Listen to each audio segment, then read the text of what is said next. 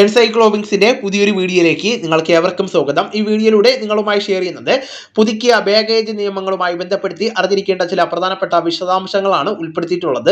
നമ്മുടെ വീഡിയോ സാധ്യമായി കാണുന്ന സുഹൃത്തുക്കളാണെങ്കിൽ ആദ്യമേ തന്നെ ചാനൽ ഒന്ന് സബ്സ്ക്രൈബ് ചെയ്യുക. അപ്പോൾ നമുക്ക് വിശദാംശങ്ങളിലേക്ക് അടക്കാം. ഇന്ത്യയിലേക്ക് വരുന്ന യാത്രക്കാർക്കുള്ള പുതുക്കിയ കസ്റ്റംസ് ബാഗേജ് നിയമങ്ങൾ നിലവിൽ വന്നിരിക്കുകയാണ്. 2016 പുറത്തിറക്കിയ ബാഗേജ് നിയമങ്ങളാണ് ഇപ്പോൾ പ്രാബല്യത്തിലുള്ളത്. പ്രവാസികൾക്കും വിനോദസഞ്ചാരികൾക്കും ഉപകാരപ്പെടുന്ന പ്രധാന വിവരങ്ങൾ നമുക്ക് പരിശോധിക്കാം. ബാഗേജ് നിയമങ്ങൾ ആർക്കെല്ലാമാണ് ബാധകമാണെന്ന് പരിശോധിക്കാം. വിദേശത്ത് നിന്ന് ഇന്ത്യയിലേക്ക് വരുന്ന എല്ലാ യാത്രക്കാർക്കും താമസക്കാർക്കും വിനോദസഞ്ചാരികൾക്കും ഈ നിയമം ബാധകമാണ്.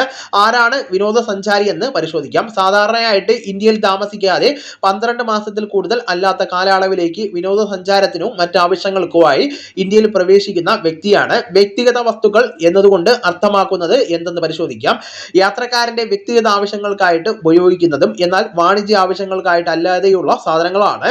ഉപയോഗിച്ച വ്യക്തിഗത വസ്തുക്കൾക്ക് തീരുവ നൽകേണ്ടതായിട്ട് ഉണ്ടോ എന്ന് പരിശോധിക്കാം. വേണ്ടെന്നാണ് നമുക്ക് നിലവിൽ ഇപ്പോൾ മനസ്സിലാക്കുവാനായിട്ട് സാധിച്ചിരിക്കുന്നത്. യാത്രക്കാരന്റെ സ്വന്തം ആവശ്യത്തിനുള്ളതും ഉപയോഗിച്ചിട്ടുള്ളതുമായിട്ടുള്ള സാധനങ്ങൾ, ഉദാഹരണത്തിന് വസ്ത്രങ്ങൾ, ടോയ്ലറ്ററീസ് തുടങ്ങിയവ നികുതി നൽകേണ്ടതായിട്ട് വരുന്നതല്ല. വിമാനത്താവളത്തിലെ കസ്റ്റംസ് പരിശോധനയിൽ ഇളവ് ലഭിക്കുന്നത് ആർക്കെല്ലാം എന്ന് പരിശോധിക്കാം.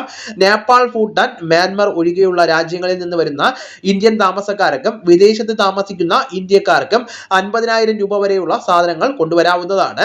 വിദേശ വിനോദസഞ്ചാരികൾക്കുള്ള തീരുവരഹിത ആനുകൂല്യം എന്താണെന്ന് പരിശോധിക്കാം.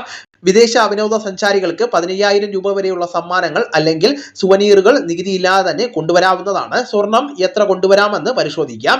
1 വർഷത്തിൽ കൂടുതൽ വിദേശത്ത് താമസിച്ചവർക്ക് താഴെ പറയുന്ന അളവിൽ സ്വർണം കൊണ്ടുവരാവുന്നതാണ്.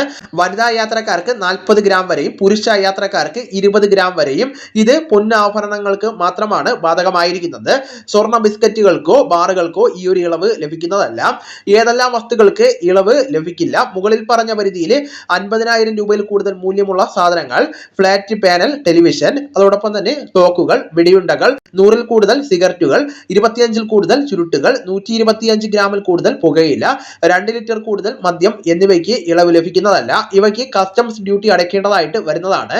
ലാപ്ടോപ്പ് കൊണ്ടുവരുവാൻ കഴിയുമോ എന്ന് നമുക്ക് പരിശോധിക്കാം. 18 വയസ്സിന് മുകളിലുള്ള യാത്രക്കാർക്ക് വിനോദസഞ്ചാരികൾ ഒഴികെ ഒരു ലാപ്ടോപ്പും നികുതിയില്ലാതെ കൊണ്ടുവരാവുന്നതാണ്.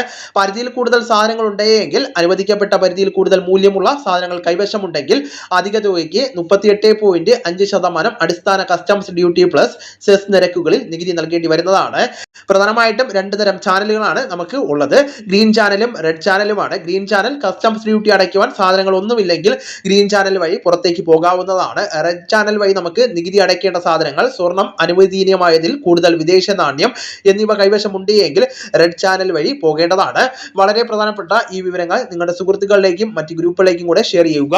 നമുക്ക് തുടർന്നും വിജ്ഞാനപരമായിട്ടുള്ള മറ്റ് വീഡിയോസും ആനുകാലിക വിവരങ്ങളുമായിട്ട് വീണ്ടും കാണാം. അതുവരെ ഗുഡ് ബൈ.